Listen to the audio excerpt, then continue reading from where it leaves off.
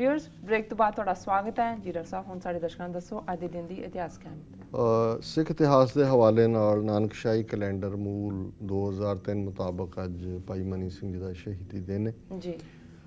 1850 ਦੇ ਵਿੱਚ ਪਹਿਲੇ ਰੈਵੋਲੂਸ਼ਨਰੀ ਸਿੱਖਾਂ ਦੇ, ਜੇ ਮੈਂ ਕਹਾਂ ਅੰਗਰੇਜ਼ਾਂ ਤੋਂ ਰਾਜ, ਸਿੱਖ ਰਾਜ ਜਿਹੜਾ ਹੈ ਉਸ ਨੂੰ ਰੀਸਟੋਰ ਕਰਨ ਲਈ, ਵਾਪਸ ਲੈਣ ਲਈ, ਜਿਨ੍ਹਾਂ ਨੇ ਗੁਜਰਾਤ ਦੀ ਲੜਾਈ 'ਚੋਂ ਐਸਕੇਪ ਕੀਤੇ ਔਰ ਉਹ ਪੰਜਾਬ ਦੇ ਵਿੱਚ ਇੱਕ ਮੂਵਮੈਂਟ ਖੜੀ ਕਰਨਾ ਚਾਹੁੰਦੇ ਸੀ। ਭਾਈ ਮਹਾਰਾਜ ਸਿੰਘ ਨੌਰੰਗਾਬਾਦੀ ਕਰਕੇ ਉਹਨਾਂ ਨੂੰ ਜਾਣਿਆ ਜਾਂਦਾ ਹੈ ਜੀ। ਹੁਸ਼ਿਆਰਪੁਰ ਜ਼ਿਲ੍ਹੇ 'ਚ ਉਹਨਾਂ ਨੂੰ ਮੁਖਬਰੀ ਕਰਕੇ ਫੜਾ ਦਿੱਤਾ ਗਿਆ ਔਰ ਉਹ ਇੰਨੇ ਕੁ ਸਤਿਕਾਰਤ ਸਨ ਸਿੱਖਾਂ 'ਚ ਕਿ ਜਲੰਧਰ ਜਦੋਂ ਜੇਲ੍ਹ ਦੇ ਵਿੱਚ ਲਿਆਂਦਾ ਤਾਂ ਜਿਹੜੇ ਗਾਰਡ ਦੇ ਤੌਰ 'ਤੇ ਸਿੱਖ ਬਾਹਰ ਖੜੇ ਸੀ, ਉਹਨਾਂ ਨੇ ਵੀ ਉਹਨਾਂ ਨੂੰ ਚੁੱਕ ਕੇ ਜਿਹੜਾ ਹੈ ਉਹ ਫਤਿਹ ਬੁਲਾਈ ਅਤੇ ਅੰਗਰੇਜ਼ ਘਬਰਾਏ, ਕਲਕੱਤੇ ਲੈ ਗਏ ਔਰ ਉੱਥੋਂ ਫਿਰ ਉਹਨਾਂ ਨੂੰ ਜਹਾਜ਼ 'ਤੇ ਉਹਨਾਂ ਦੇ ਗੜਵਈ ਭਾਈ ਖੜਕ ਸਿੰਘ ਦੇ ਨਾਲ ਸਿੰਗਾਪੁਰ ਜੇਲ੍ਹ ਦੇ ਵਿੱਚ ਪਹੁੰਚਾਇਆ। ਉੱਥੇ ਉਹਨਾਂ ਨੂੰ ਇੱਕ ਬੜੇ ਹਨੇਰੇ ਕਮਰੇ ਦੇ ਵਿੱਚ ਰੱਖਿਆ ਗਿਆ, ਉਹਨਾਂ ਦੀ ਅੱਖਾਂ ਦੀ ਰੌਸ਼ਨੀ ਚਲੀ ਗਈ, ਹੋਰ ਬਿਮਾਰੀ ਹੋਈ ਔਰ ਕੁਝ ਸਾਲਾਂ ਬਾਅਦ ਉਹਨਾਂ ਦਾ ਜਿਹੜਾ ਸ਼ਹੀਦੀ ਦਿਨ ਵੀ ਸੀ ਉਹ ਕੁਛ ਦਿਨ ਪਹਿਲਾਂ ਹੀ ਸੀ ਜੀ। ਉਹਨਾਂ ਨੇ ਸਿੰਗਾਪੁਰ ਦੀ ਜੇਲ੍ਹ ਦੇ ਵਿੱਚ ਚੜ੍ਹਾਈ ਕੀਤੀ।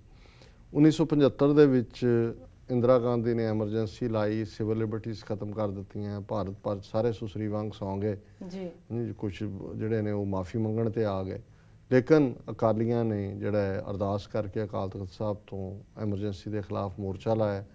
ਪਹਿਲੇ ਜਥੇ ਦੇ ਵਿੱਚ ਜਥੇਦਾਰ ਜਗਦੇਵ ਸਿੰਘ ਤਲਵੰਡੀ, ਗੁਰਚਰਨ ਸਿੰਘ ਟੌੜਾ, ਪ੍ਰਕਾਸ਼ ਸਿੰਘ ਬਾਦਲ, ਇਹਨਾਂ ਸਾਰਿਆਂ ਨੇ ਗ੍ਰਿਫਤਾਰੀ ਦਿੱਤੀ ਜੀ। ਜਿੰਨੀ ਦੇਰ 18-19 ਮਹੀਨੇ ਐਮਰਜੈਂਸੀ ਚੱਲਦੀ ਰਹੀ, ਲਗਭਗ 43,000 ਦੇ ਕਰੀਬ ਅਕਾਲੀ ਵਲੰਟੀਅਰ ਜਿਹੜੇ ਨੇ ਉਹਨਾਂ ਨੇ ਆਪਣੇ ਆਪ ਨੂੰ ਗ੍ਰਿਫਤਾਰੀ ਲਈ ਪੇਸ਼ ਕੀਤਾ। ਪਰ ਗੱਲ ਅਖੀਰ ਉਹੀ ਹੈ ਕਿ ਬਾਜ਼ੀ ਲੈ ਗਏ ਭਾਨੇ ਸ਼ਾਹ ਹੋਰੀ, ਅਸੀਂ ਧੌਣ ਭਰਾਉਣ ਦੇ ਯਾਰ ਹੀ ਰਹੇ ਜੀ। ਅਸੀਂ ਧੌਣ ਭਰਾਉਣੀ ਸਿੱਖੀ ਹੈ, ਆਜ਼ਾਦੀ ਦੀਆਂ ਕੁਰਬਾਨੀਆਂ ਗਿਣੀ ਜਾਓ, ਐਮਰਜੈਂਸੀ ਦੀਆਂ ਗਿਣਾ ਦਈਏ। ਅਲਟੀਮੇਟਲੀ ਜਿਹੜੀ ਸਰਕਾਰ ਬਣੀ, ਚੋਣਾਂ ਹੋਈਆਂ, ਇੰਦਰਾ ਗਾਂਧੀ ਹਾਰੀ, ਮੁਰਾਰਜੀ ਦੇਸਾਈ, ਅਤੇ ਉਹਨੇ 1977 'ਚ ਸਰਕਾਰ ਬਣੀ, ਐਮਰਜੈਂਸੀ ਟੁੱਟੀ। 1978 'ਚ ਵਿਸਾਖੀ ਦੇ ਮੌਕੇ 13 ਸਿੰਘ ਸ਼ਹੀਦ, 50 ਤੋਂ ਜ਼ਿਆਦਾ ਜ਼ਖਮੀ, ਅਤੇ ਕਿਵੇਂ ਫਿਰ ਨਰਕਧਾਰੀਆਂ ਦੇ ਉਸ ਦੌਰ ਤੋਂ ਸ਼ੁਰੂ ਹੋ ਕੇ ਜੂਨ 84 ਤੱਕ ਦਾ ਘੱਲੂਘਾਰਾ ਹੈ। ਇਹ ਸਿਲਾ ਬਹੁ ਗਿਣਤੀ ਕੌਮ ਨੇ ਸਿੱਖਾਂ ਨੂੰ ਦਿੱਤਾ ਹੈ ਕਿ ਜੀ ਤੁਸੀਂ ਸਾਡੀ ਆਜ਼ਾਦੀ ਲਈ ਜਿਹੜੀ ਹੈ ਐਮਰਜੈਂਸੀ ਤੋੜਨ ਦੇ ਲਈ ਮੋਰਚਾ ਲਾਇਆ ਸੀ ਜੀ।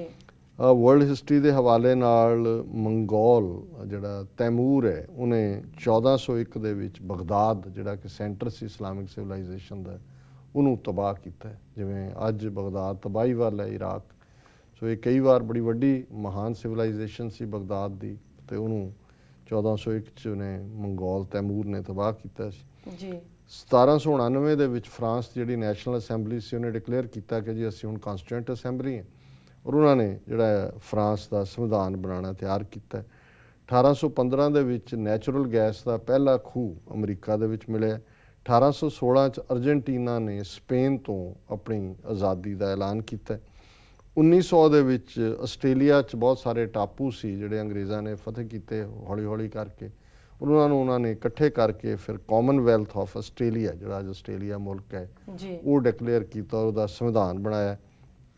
1916 ਦੇ ਵਿੱਚ ਪਹਿਲੀ ਸਬਮੈਰੀਨ ਕਾਰਗੋ ਜਿਹੜੀ ਹੈ ਉਹ ਐਟਲਾਂਟਿਕ 'ਚੋਂ ਕ੍ਰਾਸ ਕਰਕੇ, ਜਰਮਨ ਤੋਂ ਆਈ, ਉਹ ਐਟਲਾਂਟਿਕ ਤੋਂ ਕ੍ਰਾਸ ਕਰਕੇ ਅਮਰੀਕਾ ਦੇ ਪਾਣੀਆਂ ਦੇ ਵਿੱਚ ਦਾਖਲ ਹੋਈ। 1916 'ਚ ਇਹ ਹੋਇਆ, ਐਟਲਾਂਟਿਕ ਕ੍ਰਾਸ ਕੀਤਾ। 1971 ਦੇ ਵਿੱਚ ਹੈਨਰੀ ਕਿਸਿੰਜਰ ਨੇ as a PR secretary of state ਸੀ, ਚੀਨ ਗਿਆ, ਉਹਦੇ 'ਚ ਪਾਕਿਸਤਾਨ ਦੇ ਜ਼ੁਲਫਿਕਾਰ ਅਲੀ ਭੁੱਟੋ ਨੇ ਖਾਸ ਰੋਲ ਅਦਾ ਕੀਤਾ ਸੀ ਅਮਰੀਕਾ ਨੂੰ ਚੀਨ ਦੇ ਨੇੜੇ ਲਿਆਉਣ ਦੇ ਲਈ।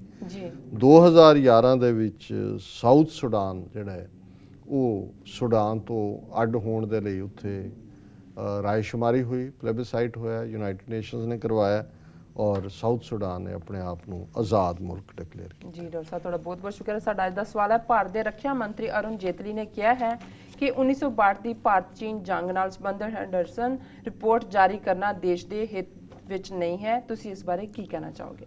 ਦੇਖੋ, ਮੈਂ ਸਮਝਦਾ ਵੀ ਇਹ ਹੁਣ ਕਿਵੇਂ ਇਹੀ ਅਰੁਣ ਜੇਤਲੀ ਹੈ ਜਿਹਨੇ ਜਦੋਂ ਇਹ ਰਾਜ ਸਭਾ ਦਾ ਮੈਂਬਰ ਸੀ ਪਹਿਲੀ ਸਰਕਾਰ ਵੇਲੇ, ਇਹਨੇ ਬੜੀ ਧੂਮ ਧੜੱਕੇ ਦੇ ਨਾਲ ਰਾਜ ਸਭਾ ਦੇ ਵਿੱਚ ਕਿਹਾ ਸੀ ਕਿ ਜੀ ਇਹ 1962 ਦੀ ਹੁਣ 50 ਸਾਲ ਬੀਤ ਗਏ ਨੇ, ਇਹ ਰਾਸ਼ਟਰ ਦੇ ਹਿੱਤ 'ਚ ਹੈ ਕਿ ਇਹ ਜਿਹੜੀ ਲੈਫਟੀਨੈਂਟ ਜਨਰਲ ਹੈਂਡਰਸਨ ਔਰ ਬ੍ਰਿਗੇਡੀਅਰ PS ਭਗਤ, ਇੱਕ ਇਹਨਾਂ ਨੇ ਕਮੇਟੀ ਬਣਾਈ ਸੀ ਕਿਉਂਕਿ 62 ਦੇ ਵਿੱਚ ਬੜੀਆਂ ਜੁੱਤੀਆਂ ਪਈਆਂ, ਹਜ਼ਾਰਾਂ ਫੌਜੀ ਮਰਵਾਏ, 70,000 ਸਕੁਅਰ ਮਾਈਲ ਟੈਰੀਟਰੀ ਚੀਨ ਨੂੰ ਦਿੱਤੀ। ਚੀਨ ਭਾਵੇਂ ਦਿੱਲੀ ਆ ਕੇ ਬਹਿ ਜਾਂਦਾ, ਆਪ ਹੀ ਬੰਦ ਕਰਤਾ ਸੀ, ਸੀਜ਼ਫਾਇਰ ਕਰਤਾ ਸੀ ਜੀ ਕਿ ਇੰਨੀ ਵੱਡੀ ਹਾਰ ਕਿਉਂ ਹੋਈ।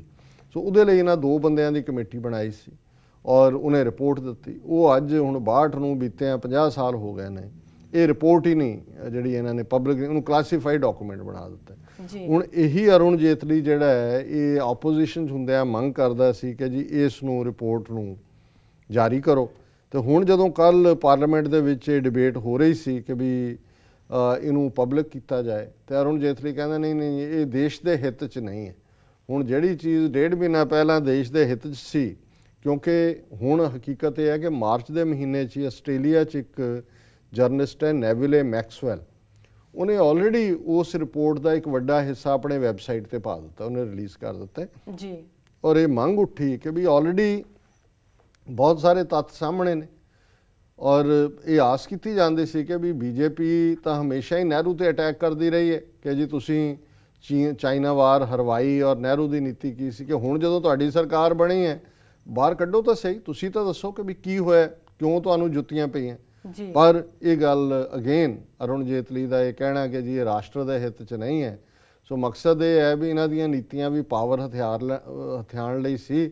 ਹੁਣ ਇਹਨਾਂ ਦਾ ਫੋਕਸ RSS ਰਾਹੀਂ ਭਾਰਤ ਦੇ ਉੱਤੇ ਕੰਟਰੋਲ ਕਰਨ ਦਾ ਹੈਗਾ। ਪਿੱਛੇ ਕੀ ਹੋਇਆ ਕੀ ਨਹੀਂ, ਇਹ ਉਹ ਹਿਸਟਰੀ ਨੂੰ ਕਰੈਕਟ ਕਰਨ ਕੋਲੋਂ, ਜਿਵੇਂ ਅਸੀਂ ਡਿਸਕਸ ਕੀਤਾ ਕਿ ਜਿਹੜੇ 5 ਸ਼ੋਬੇ ਉਹਨਾਂ ਨੇ ਹਿਸਟਰੀ ਦੇ ਰਿਸਰਚ ਇੰਸਟੀਚਿਊਟ ਨੂੰ ਦਿੱਤੇ ਨੇ, ਉਹ ਬਦਲਾਓ ਔਰ ਕਿਵੇਂ ਕਸ਼ਮੀਰ ਦੇ ਹਿੱਸੇ ਨੂੰ ਜਿਹੜਾ ਹੈ ਉਹ ਪੱਕਾ ਬਣਾਓ, ਧਾਰਾ 370 ਖਤਮ ਕਰੋ, ਕਿਵੇਂ ਯੂਨਾਈਟਿਡ ਨੇਸ਼ਨਸ ਦੇ ਜਿਹੜੇ ਮਿਲਟਰੀ ਆਬਜ਼ਰਵਰਸ ਦਾ ਦਫ਼ਤਰ ਹੈ ਉਹਨਾਂ ਨੂੰ ਕਿਹਾ ਵੀ ਬੰਦ ਕਰੋ ਇੱਥੋਂ, ਜਿਹੜਾ 40 ਸਾਲ ਤੋਂ ਚੱਲ ਰਿਹਾ। ਤਾਂ ਅਸੀਂ ਸਮਝਦੇ ਹਾਂ ਵੀ ਜਿਹੜੀ ਰੀਅਲ ਇਹਨਾਂ ਦੀ ਬਹਾਦਰੀ ਸਾਹਮਣੇ ਆ ਜਾਂਦੀ ਕਿ ਜੀ ਕਿੰਨੇ ਕਿ ਭਾਰਤ ਦੇ ਸਪੂਤ ਨੇ ਕਿ ਜੇ ਇਹ ਹੈਂਡਰਸਨ ਰਿਪੋਰਟ ਬਾਹਰ ਆਉਂਦੀ। ਸੋ ਅਸੀਂ ਸਮਝਦੇ ਹਾਂ ਵੀ ਇਹ ਗੱਲ ਸਾਬਤ ਅਗੇਨ ਹੁੰਦੀ ਹੈ ਵੀ ਕਿਸ ਕਿਸਮ ਦੇ ਹਿਪੋਕਰਾਈਟ, ਦੰਬੀ ਕਿਸਮ ਦੇ ਲੋਕ ਨੇ, ਕਹਿੰਦੇ ਕੁਛ ਨੇ ਕਰਦੇ ਕੁਛ ਨੇ, ਦੰਦ ਹੋਰ ਨੇ ਦਿਖਾਉਣ ਵਾਲੇ ਤੇ ਖਾਣ ਵਾਲੇ ਹੋਰ ਨੇ। ਸੋ ਇਹ ਇਹਨਾਂ ਦਾ ਦੋਗਲਾਪਨ ਜਿਹੜਾ ਉਹ ਸਾਹਮਣੇ ਆ ਜਾਂਦਾ ਹੈ ਇਸ ਬਿਆਨ ਤੋਂ। ਜੀ ਬਿਲਕੁਲ ਡਾਕਟਰ ਸਾਹਿਬ, ਹੁਣ ਸਾਡੇ ਦਰਸ਼ਕਾਂ ਨੂੰ ਦੱਸੋ ਅੱਜ ਦਾ ਵਿਚਾਰ। ਅੱਜ ਦੇ ਵਿਚਾਰ ਲਈ ਅਸੀਂ ਬਾਬਾ ਫਰੀਦ ਜੀ ਦੇ 2 ਸ਼ਲੋਕ ਨੰਬਰ 86 ਤੇ 87 ਚੁਣੇ ਨੇ। ਜੀ ਪਹਿਲਾ ਸ਼ਲੋਕ ਹੈ, ਲੰਮੀ ਲੰਮੀ ਨਦੀ ਵਹਿ ਕੰਦੀ ਕੀਰੈ ਹਿਤ, ਬੇੜੇ ਨੂੰ ਕੱਪਰ ਕਿਆ ਕਰੇ ਜੇ ਪਾਤਣ ਰਹਿ ਸੁਚੇਤ। ਜੀ ਹੁਣ ਫਕੀਰ ਮਨ ਦੇਖ ਰਿਹਾ ਹੈ ਕਿ ਨਦੀ ਜਿਹੜੀ ਹੈ ਉਹ ਤੇਜ਼ੀ ਨਾਲ ਦਰਿਆ ਰਿਵਰ ਵਗ ਰਹੀ ਹੈ, ਤੇ ਜਿਉਂ-ਜਿਉਂ ਪਾਣੀ ਉਹਦੇ 'ਚ ਵੱਧਦਾ ਹੈ ਦਰਿਆ ਦੇ ਵਿੱਚ, ਜਿਹੜੇ ਉਹਦੇ ਕੰਢੇ ਹੁੰਦੇ ਨੇ ਉਹਨਾਂ ਨੂੰ ਵੀ ਉਹ ਖਾਂਦੀ ਜਾਂਦੀ ਹੈ, ਦਰਿਆ ਵੱਡਾ ਹੁੰਦਾ ਜਾਂਦਾ ਹੈ ਕਿਉਂਕਿ ਉਹ ਮਿੱਟੀ ਦੇ ਹੀ ਕੰਢੇ ਹੁੰਦੇ ਨੇ, ਉਹਦੇ 'ਚ ਅਬਜ਼ੌਰਬ ਹੋ ਰਹੇ ਹੁੰਦੇ ਨੇ, ਤੇ ਦਰਿਆ ਵੱਡਾ ਹੁੰਦਾ ਜਾਂਦਾ।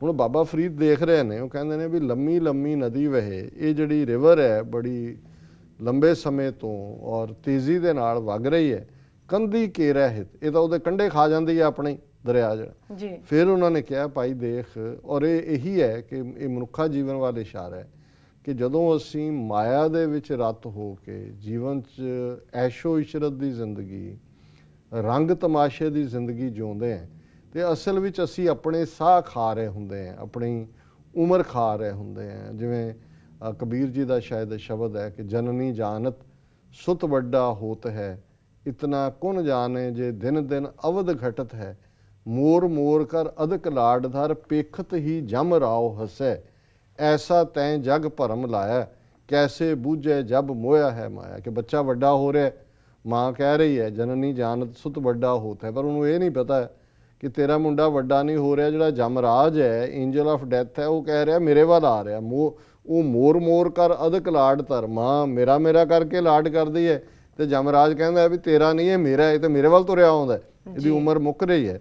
ਸੋ ਬਾਬਾ ਫਰੀਦ ਕਹਿੰਦੇ ਨੇ ਕਿ ਵੀ ਜਿਵੇਂ ਦਰਿਆ ਜਿਹੜਾ ਉਹ ਕੰਢੇ ਖਾ ਜਾਂਦਾ ਹੈ ਆਪਣੇ, ਇਸੇ ਤਰ੍ਹਾਂ ਬੇੜੇ ਨੂੰ ਕੱਪਰ ਕਿਆ ਕਰੇ, ਕਿ ਹੁਣ ਬੇੜਾ, ਜੇ ਬੇੜੇ ਨੇ ਜਾ ਕੇ ਮੰਝ ਧਾਰ ਦੇ ਵਿੱਚ ਡੁੱਬਣਾ ਜੀ, ਤੇ ਫਿਰ ਇਸ 'ਚ ਇੱਕ ਵੱਡਾ ਕਸੂਰ ਤੇ ਬਲਾਦ ਹੈ ਕਿ ਵੀ ਉਹ ਉਦੋਂ ਲੈ ਕੇ ਗਿਆ ਜਦੋਂ ਕਿ ਤੂਫਾਨ ਸੀ ਪਾਣੀਆਂ 'ਚ, ਜਾਂ ਉਹਨੂੰ ਜਾਂਚ ਨਹੀਂ ਹੈ ਵੀ ਉਹਨੇ ਮੰਝ ਧਾਰ 'ਚੋਂ ਕਿਵੇਂ ਕੱਢਣਾ। ਤੇ ਉਹ ਕਹਿੰਦੇ ਨੇ ਬੇੜੇ ਨੂੰ ਕਾਪਰ ਕਿਆ ਕਰੇ ਜੇ ਪਾਤਣ ਰਹਿ ਸੁਚੇਤ। ਪਾਤਣ ਕਹਿੰਦੇ ਨੇ ਮਲਾਹ ਨੂੰ ਜੀ, ਕਿ ਜੇ ਮਲਾਹ ਸੁਚੇਤ ਹੈ, ਉਹ ਅਲਰਟ ਹੈ, ਤੇ ਫਿਰ ਬੇੜੇ ਨੂੰ ਜਿਹੜਾ ਉਹ ਭੰਵਰ ਹੈ, ਜਿਹੜਾ ਪਾਣੀ ਦੇ ਵਿੱਚ ਉਹ ਬਣਦਾ ਹੈ, ਜਿਹੜਾ ਕਿ ਉਸ ਨੂੰ ਸਕੁਐਬਲ ਹੈ, ਜਿਹੜਾ ਉਹਨੂੰ ਨਿਗਲਦਾ ਹੈ, ਉਹ ਉਹਦਾ ਨੁਕਸਾਨ ਨਹੀਂ ਪਹੁੰਚਾ ਸਕਦਾ। ਮਲਾਹ ਜਿਹੜਾ ਹੈ ਉਹਨੂੰ ਸੇਫਲੀ ਪਾਰ ਲੈ ਜਾਏਗਾ। ਸੋ ਇਹ ਆਪਣੇ ਆਪ ਨੂੰ ਹੀ ਕਿਹਾ ਕਿ ਆਪਣੀ ਜ਼ਿੰਦਗੀ ਦੇ ਅਸੀਂ ਮਲਾਹ ਹੈ ਜੀ। ਚੱਪੂ ਸਾਡੇ ਕੋਲ ਨੇ। ਜੇ ਅਸੀਂ ਜ਼ਿੰਦਗੀ ਨੂੰ ਅਲਰਟ ਹੋ ਕੇ, ਸੁਚੇਤ ਜੀ, ਰੱਬ ਵੱਲ ਲਾ ਕੇ, ਠੀਕ ਔਰ ਗਲਤ ਦੀ ਪਛਾਣ ਕਰਕੇ, ਬੁੱਧੀ ਦਾ ਇਸਤੇਮਾਲ ਕਰਕੇ ਔਰ ਫੇਥ ਦੇ ਨਾਲ ਜੀਵਾਂਗੇ ਤੇ ਫਿਰ ਜੀਵਨ ਦੇ ਮੱਝ ਧਾਰ ਦੇ ਵਿੱਚ ਗਰਕ ਨਹੀਂ ਹੋਵਾਂਗੇ। ਤੇ ਅਸੀਂ ਇਸ ਜਿਵੇਂ ਪੁਰਾਣੇ ਵੇਲੇ 'ਚ ਇੱਕ ਗੀਤ ਕਿਹਾ ਜਾਂਦਾ ਸੀ ਵੀ ਸਾਡੇ ਗੁਰਾਂ ਨੇ ਜਹਾਜ਼ ਬਣਾਇਆ, ਬਣਾਇਆ ਬਿਨਾ ਬੰਦੇ, ਨਸੀਬਾਂ ਵਾਲੇ ਤਰ ਜਾਣਗੇ, ਰਹਿ ਜਾਣਗੇ ਨਕਰਮਣ ਬੰਦੇ ਜੀ। ਸੋ ਨਸੀਬ ਇਹੀ ਹੁੰਦਾ ਵੀ ਅਸੀਂ ਗੁਰੂ ਦੀ ਗੱਲ ਸੁਣ ਕੇ ਗੁਰੂ ਦੇ ਜਹਾਜ਼ ਤੇ ਚੜ ਜਾਈਏ ਤੇ ਫਿਰ ਜਿਹੜਾ ਤੁਸੀਂ ਪੜਿਆ ਉਹ ਵੀ ਠੀਕ ਹੈ ਕਿ ਵੀ ਆਓ ਜਿਹਨੇ ਪਾਰ ਲੰਘਣਾ ਹੈ, ਕਿ ਵੀ ਜਹਾਜ਼ ਹੈ ਆ ਜਾਓ ਜਿਹਨੇ ਗੁਰੂ ਦੇ ਨਾਂ ਦਾ ਜੀ ਖਾਵੋ ਖਰਚੋ ਰਲ ਮਿਲ ਭਾਈ, ਟੋਟ ਨਾ ਆਵੇ ਵੱਧੋ ਜਾਈ। ਇਹ ਤਾਂ ਇੱਕ ਐਸੀ ਦੌਲਤ ਹੈ ਨਾਮ ਦੀ। ਔਰ ਦੂਸਰਾ ਸ਼ਲੋਕ ਹੈ ਬਾਬਾ ਜੀ ਦਾ, ਬਾਬਾ ਫਰੀਦ ਦਾ, ਫਰੀਦਾ ਗਲੀ ਸੋ ਸੱਜਣ ਵੀ, ਇੱਕ ਟੁੰਡੇਂਦੀ ਨਾ ਲਹਾਂ, ਧੁੱਖਾਂ ਜਿਉਂ ਮਾਲੀ, ਕਾਰਨ ਤਿੰਨ ਹਾਂ ਮਾਂ ਪਿਰੀ। ਹੁਣ ਇਹਦੇ 'ਚ ਲਹਿੰਦੀ ਪੰਜਾਬੀ ਹੈ ਤੇ ਸਿੰਧੀ ਬੋਲੀ ਦੇ ਵੀ ਮਾਂ ਪਿਰੀ। ਪਿਰ ਹੁੰਦਾ ਪ੍ਰੀਤਮ, ਪਿਆਰਾ, ਪਤੀ। ਬਾਬਾ ਫਰੀਦ ਕਹਿੰਦੇ ਨੇ ਕਿ ਮੈਂ ਗਲੀਆਂ ਦੇ ਵਿੱਚ, ਸੱਜਣ ਤਾਂ 20 ਤੁਰੇ ਫਿਰਦੇ ਨੇ ਜਿਹੜੇ ਕਹਿੰਦੇ ਨੇ ਜੇ ਅਸੀਂ ਸੱਜਣ, ਪਰ ਉਹ ਅਸਲੀ ਸੱਜਣ ਨਹੀਂ ਨੇ। ਫਰੀਦਾ ਗਲੀ ਸੋ ਸੱਜਣ ਵੀ, ਇੱਕ ਟੁੰਡੇਂਦੀ ਨਾ ਰਹਾ। ਮੈਂ ਤਾਂ ਆਪਣੇ ਪਿਆਰੇ ਨੂੰ ਲੱਭ ਰਹੀ ਹਾਂ, ਆਪਣੇ ਨਿਰੰਕਾਰ ਨੂੰ ਲੱਭ ਰਹੀ ਹਾਂ। ਹੋਰ 20 ਤੁਰੇ ਫਿਰਦੇ ਨੇ, ਉਹ ਕਲੇਮ ਕਰਦੇ ਨੇ ਵੀ ਸੱਜਣ ਨੇ, ਪਰ ਉਹ ਹੈ ਨਹੀਂ ਨੇ। ਮੇਰੀ ਭੁੱਖ, ਮੇਰੀ ਪਿਆਸ, ਮੇਰੀ ਉਡੀਕ, ਮੇਰੀ ਭਾਲ ਤਾਂ ਇੱਕ ਪਿਆਰੇ ਦੇ ਲਈ ਹੈ। ਧੁੱਖਾਂ ਜਿਉਂ ਮਾਲੀ, ਉਸ ਪਿਆਰੇ ਦੀ ਭਾਲ ਦੇ ਵਿੱਚ ਮੈਂ ਉਵੇਂ ਧੁੱਖ ਰਹੀ ਹਾਂ ਜਿਵੇਂ ਅੱਗ ਧੁੱਖਦੀ ਹੈ, ਸਮੋਲਡਰਿੰਗ ਜਿਹਨੂੰ ਕਹਿੰਦੇ ਨੇ, ਕਿ ਵੀ ਧੁੱਖ ਰਿਹਾ ਅੰਦਰ।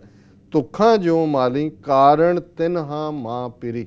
ਮਾਂ ਪਿਰੀ ਹੁੰਦਾ ਆਪਣਾ ਪ੍ਰੀਤਮ, ਮੇਰਾ ਪ੍ਰੀਤਮ। ਆਪਣੇ ਪ੍ਰੀਤਮ ਨੂੰ ਲੱਭਣ ਦੇ ਲਈ ਮੈਂ ਅੱਗ ਵਾਂਗ ਉਸ ਧੁੱਖ ਰਹੀ ਹਾਂ। ਹਾਲਾਂਕਿ 20 ਤੁਰੇ ਫਿਰਦੇ ਨੇ ਜਿਹੜੇ ਪਿਆਰਾ ਹੋਣ ਦਾ ਭੁਲੇਖਾ ਪਾਉਣ ਦੀ ਕੋਸ਼ਿਸ਼ ਕਰਦੇ ਨੇ, ਪਰ ਮੈਂ ਤਾਂ ਉਸ ਪਿਆਰੇ ਨੂੰ ਹੀ ਲੱਭ ਰਹੀ ਹਾਂ। ਔਰ ਇਹ ਬਿਲਕੁਲ ਉਸ ਥਾਟ ਦੇ ਨਾਲ ਹੈ ਜਦੋਂ ਅਸੀਂ ਇਹ ਪੜ੍ਹਦੇ ਹਾਂ ਕਿ ਮਿਲ ਮੇਰੇ ਪ੍ਰੀਤਮਾ ਜੀਓ, ਤੁਧ ਬਿਨ ਖਰੀ ਨਮਾਣੀ, ਮੈਂ ਨੈਣੀ ਨੀਂਦ ਨਾ ਆਵੈ ਜੀਓ, ਭਾਵੈ ਅੰਨ ਨਾ ਪਾਣੀ। ਇਹ ਹੈ ਅੰਦਰ ਧੁਖਣਾ, ਬੈਰਾਗ ਦੀ ਅੱਗ, ਬਿਰਹਾ ਦੇ ਅੰਦਰ ਆਪਣਾ ਆਪਾ ਉਸ ਭਾਲ ਦੇ ਵਿੱਚ ਕਿ ਵਸਲ ਹੋਏ, ਮਿਲਾਪ ਹੋਏ ਨਿਰੰਕਾਰ ਦੇ ਨਾਲ, ਜਿਹੜਾ ਉਸ ਦੇ ਦੀਦਾਰ ਹੋਣ, ਦੀਦਾਰ ਉਸ ਵਾਹਿਗੁਰੂ ਦੀ ਹੋਂਦ ਦਾ ਅਹਿਸਾਸ ਹੀ ਹੁੰਦਾ। ਸੋ ਇਹ ਬਾਬਾ ਫਰੀਦ ਜੀ ਦਾ ਅੱਜ ਦੇ ਦਿਨ ਦੇ ਲਈ ਅਸੀਂ ਵਿਚਾਰ ਚੁਣਿਆ। ਜੀ ਡਾਕਟਰ ਸਾਹਿਬ, ਤੁਹਾਡਾ ਬਹੁਤ ਬਹੁਤ ਸ਼ੁਕਰੀਆ। ਵਿਊਅਰਸ, ਇਸ ਦੇ ਨਾਲ ਅਸੀਂ ਤੁਹਾਡੇ ਕੋਲ ਲੈਂਦੇ ਹਾਂ ਇਜਾਜ਼ਤ। ਸਾਡੇ ਪ੍ਰੋਗਰਾਮ ਦਾ ਸਮਾਂ ਇੱਥੇ ਸਮਾਪਤ ਹੁੰਦਾ। ਤੁਸੀਂ ਆਪਣੀ ਰਾਏ ਤੇ ਸੁਝਾਅ ਸਾਨੂੰ ਭੇਜਣਾ ਨਾ ਭੁੱਲਣਾ ਸਾਡੇ ਇਸ ਪਤੇ ਤੇ sos@tv4.tv ਤੇ। ਅਸੀਂ ਆਪਣਾ ਪ੍ਰੋਗਰਾਮ ਲੈ ਕੇ ਫਿਰ ਦੁਬਾਰਾ ਹਾਜ਼ਰ ਹੋਵਾਂਗੇ। ਤਦ ਤੱਕ ਲਈ ਮੈਨੂੰ ਤੇ ਆਪਣੇ ਡਾਕਟਰ ਸਾਹਿਬ ਨੂੰ ਆਗਿਆ ਦਿਓ। ਵਾਹਿਗੁਰੂ ਜੀ ਕਾ ਖਾਲਸਾ, ਵਾਹਿਗੁਰੂ ਜੀ ਕੀ ਫਤਿਹ।